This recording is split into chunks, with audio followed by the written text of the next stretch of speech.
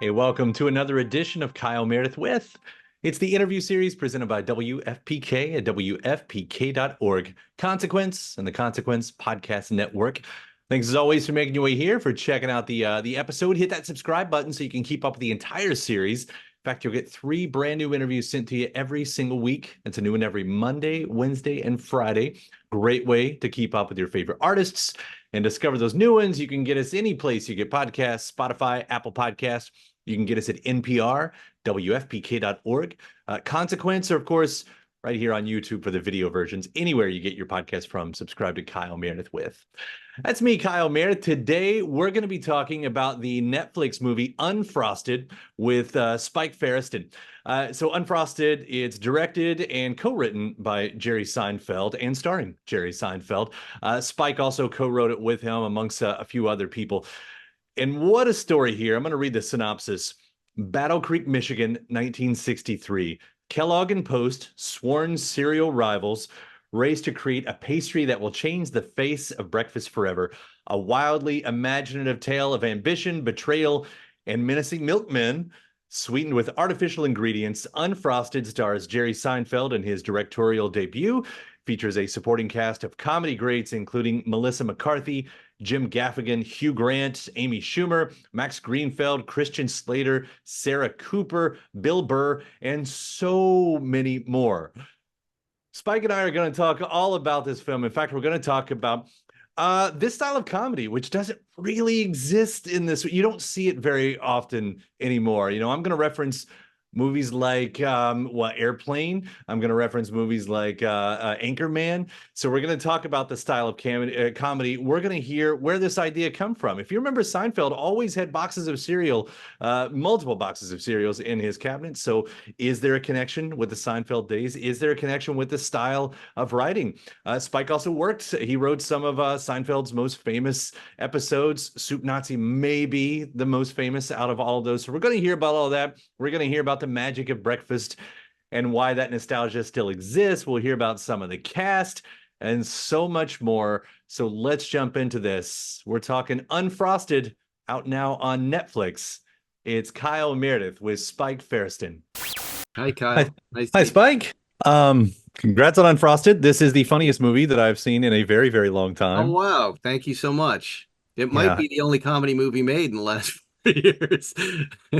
I think you might be right about that. You know, I've got I want to ask about that here in a little bit too. But seriously, it is. I seriously, it did. I laughed out loud. I love the concepts. Just didn't see it coming when it was. I mean, you see the trailer and you're like, "What in the world?" I remember the boxes of cereal on the episodes of Seinfeld, always in the cabinet right there.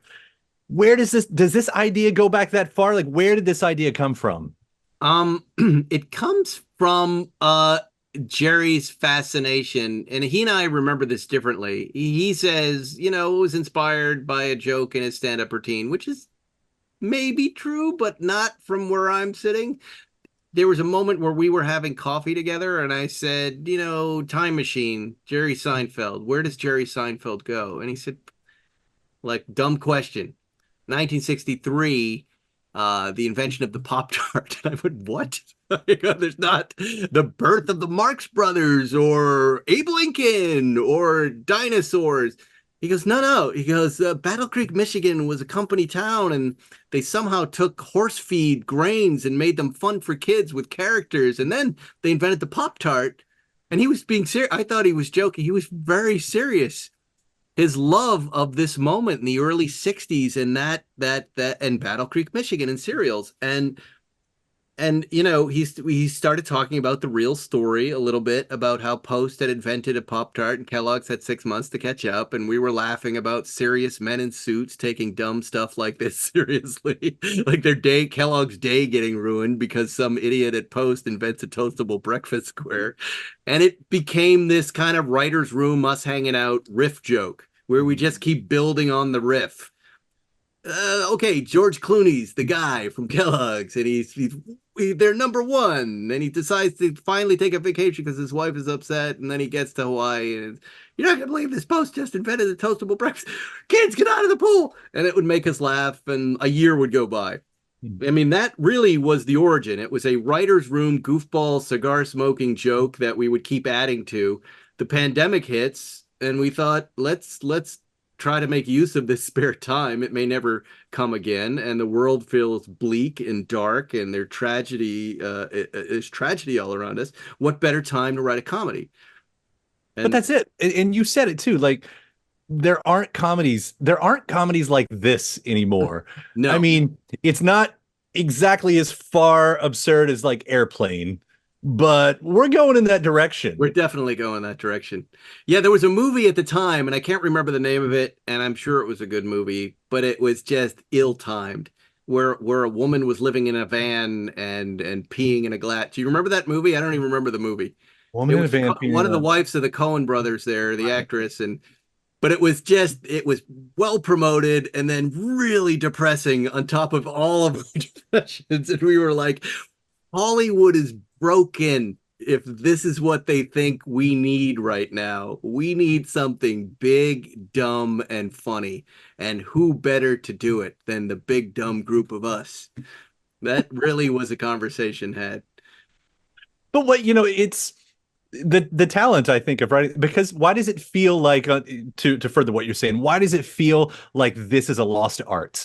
When I think about Anchorman, all of those things, when I'm like, where's that movie now? Here's that movie. Why was it so hard for me to find this movie? Is that answerable? Well, no, I mean everything changes, everything evolves. People talk about Succession, which is an awesome show, one of my favorite shows, but they talk about it like it's a comedy, right? And think what you want. For me, that's not a comedy. That's a drama with some light moments. And again, I love that show, but it's not where I go to laugh.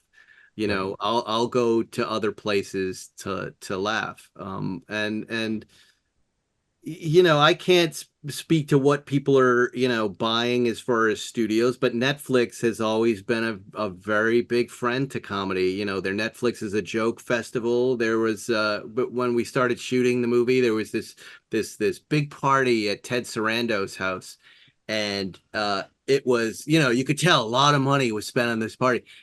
It was all comedians and comedy writers, and cameras, I don't know Ted Sarandos that well, but I went up to him and I shook his hand. I go, I've never seen anything like this. And he goes, what do you mean? I go, usually this is movie stars, not comedy people, but you're treating them like movie stars. And, that's when I knew this movie was just in the right place. And, he's a huge fan of comedy like we are. And, you know, I hope that we're gonna see more stuff like this Yeah. because it's fun. It don't take it too seriously. If you don't like the jokes, whatever. But at the end of the day, we think you might have a good time doing this, and there's kind of a hole in our culture right now with it.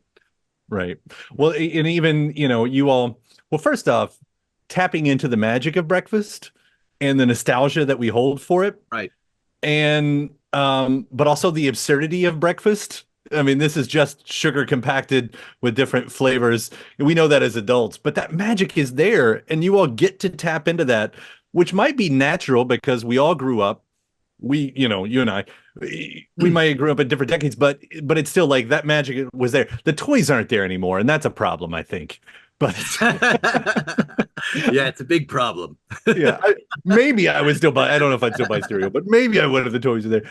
But when you're coming up with that, like maybe it was just easy, but knowing that you're tapping into something that we all have this memory of, like Right. how strong did that play in finding the tone? Well, I mean, 1963 is a very big character in the movie, and while the story may not be all that accurate, everything in the movie, every piece of furniture, every toy, every logo, Schwinn bikes. Jerry was very strict about, look, it's got to be 1963 or within that little zone for this movie because I want it to be very accurate. So, the stuff wrapped around this movie is 100% accurate, except in a couple of places. Mentions of Einstein and other stuff. We did kind of let that stuff go. But if you look around the movie, wheelos and labels are all, we had an incredible prop department that really labored and created and made stuff that was 100% on the nose, right down to like the pen holders and the lighters and things. I Yeah. mean, it's impressive. And just watching Cronkite every time pull out something new. And yeah, That's the genius of Kyle Dunnigan, who is, I think Jerry gave him the note on set. Just keep talking, keep the cameras rolling, just talk about your home life a little. but with a And new gadget every time, that's yeah. Oh, yeah, that piece. Yeah, well, that was largely to do with how do we get out of the box we created with Trat Pop, which is Pop-Tart backwards. How do we get out of that mess? And then someone, said Silly Putty would do it, and pulling it off, we went, oh, there it is. well, how do we explain that Walter Cronkite has Silly Putty? Well, maybe he's got a nephew and his nephew sends him stuff. And eventually we cut the nephew and now he's got a Wheelo. He likes Yeah. to play. He's a little out of his mind and he gets a new toy every week. It's fun. And then as you were saying, it's all based on real things. And I learned things. I mean, all of these, I think a lot of these people are real people, even if this isn't the real story. Correct. But like the guy who, Hugh Grant's character, he's his name is the actual, I forget his name. Is that Thurl Tony Ravenscroft. Right, thank you. Like these are real people, but you got to play around with that. I'd love to hear about sort of coming up with the characters. Like it's based in fact, but not really. Well, again, it all came from, is this funny or not? So when we read about Thurl Ravenscroft, who was a classically trained actor who played Tony the Tiger, it wasn't a big leap for us to go, I bet he really hated that Tony the Tiger job. If he's doing Shakespeare at night, can you imagine how he feels about selling himself out just to make car payments? And that made us really laugh. And, it turned out some of that stuff was true. The real Thurl Ravenscroft went to the Kellogg's brass and said, I think we deserve more money for what we do. We're helping you sell this grain and we're giving it life. And they said, look, we'll replace you in 10 seconds. You're just a guy in a costume. So, we were delighted when we found out that some of what we were written was real. And there are elements of Thurl that we thought, well, that just works. Let's just do that and make some of it up. There were other parts like, who's running Post, and the CEO at the time wasn't all that interesting. And, in the 60s, it was a man's world and we wanted women in this movie.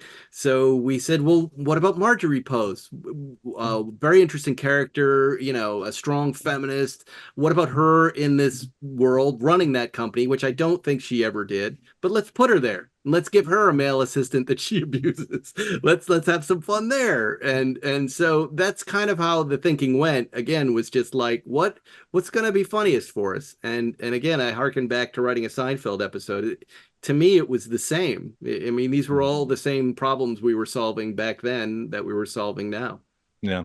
And knowing that you and Jerry teaming up and you've got the history of the Jerry jokes and you can hear those in here. I'm talking about the moon. Why do we want to go to the moon? It's like you hear it again, I'm sure that's just natural and possible, but like your all's history goes back so far. Do you feel yourselves doing that when it's happening? No, but what you bring up is something no one has asked about before. I had legitimate concern about Jerry playing another person other than Jerry Seinfeld. He'd never done it, as far as I know. Maybe early on before Seinfeld, he was in a Benson episode or something. And, I know as a fan of watching, television and movies that I always get a little thrown off when I see my favorite comedian acting and not being as funny. And so, early on, I said to him, because he raised up the concern, this new character, Bob Cabana. And he said, who is he? And I go, he's Jerry Seinfeld. And he goes, well, how do we do that? I go, we let the audience know very early on with jokes that you would do as Jerry Seinfeld from the stage or in the show. So xanthan gum is Newman, Newman. we were leaving breadcrumbs right from the very beginning. Like I said, just riff on this and let's see if we can write some of it down. So the audience will know you're going to get Jerry Seinfeld and Jerry Seinfeld's brand of comedy in this movie. Don't I worry. bought in hook, line, and sinker right from the beginning because Yeah, of that right there. And yeah. you still just blew my mind when you said it. That's Well, it was a legitimate obstacle for us. Like, yeah, yeah. Man, it's so well done. Um, Pop-Tarts for you, toasted, untoasted, uh, I go both ways. I'm a modern man. modern I man. like frosted blueberry, and just depending on my mood and what I'm watching is whether I toast or not toast. What Yeah. about All you? right. I'm a untoasted. You're There's an a untoasted. Wow. back in the blog days, there was a website called Pop-Tarts Suck Toasted. And I thought it was a great title for anything. It was a title for a site, and to this day that rings true in my head. It's like, nah, Pop-Tarts suck That's toasted. funny. But I, I really don't know. I mean, I really wish they had more frosting on them these days, because then I would definitely go raw. yeah, every now and then I like the brown sugar. That's fine. It is everything that you guys have done here. It's hilarious. It is one of the funniest movie I've seen in a long time. Thank you. Probably the funniest movie about a breakfast pastry that I've ever seen. Hmm. I'll at least say probably on that one. And just wrapping up by saying, I think I read today it was the 30th anniversary of Space Ghost Coast to Coast. You had a Oh, little bit to wow. do with that as well. And that is so near and dear to every facet of who I am today. So happy anniversary. Thank you. I didn't know that, but yeah, Yeah. another Well, fantastic Here's what those two projects have in common. The companies that made them let us do whatever we wanted. see, listen to the creative people and let them do what they want. There you go. Magic. True. Spike, thank you so much for taking the time. Thank you for writing this damn movie. I mean that. Appreciate it. All You're right. welcome. Take care. And thanks to my guest. Also, thanks to you for checking out the episode in the series. Before you get out of here, hit that subscribe button. Again, you get 3 brand new interviews every single week. New one every Monday, Wednesday, and Friday at right here on YouTube, or of course anywhere in podcast land, including iTunes, Apple Podcasts, Spotify, Podchaser, NPR, or WFPK.org as well. A great way to keep up with your favorite artists and discover new ones as well. Then after that, actually head over to WFPK.org. That's where I do a show Monday through Friday, 6 p.m. Eastern. It's an hour full of song premieres, music news, anniversary spins, bonus interviews, Monday through Friday, 6 p.m. Eastern at WFPK.org. Consequence has your music and film news. You can also find me on the social media spots, Facebook, Instagram, mostly on Twitter. All 3 of them, the address is at Kyle Meredith. Do hope you like and follow along. That does it for another edition. I'm Kyle Meredith. I'll see you next time.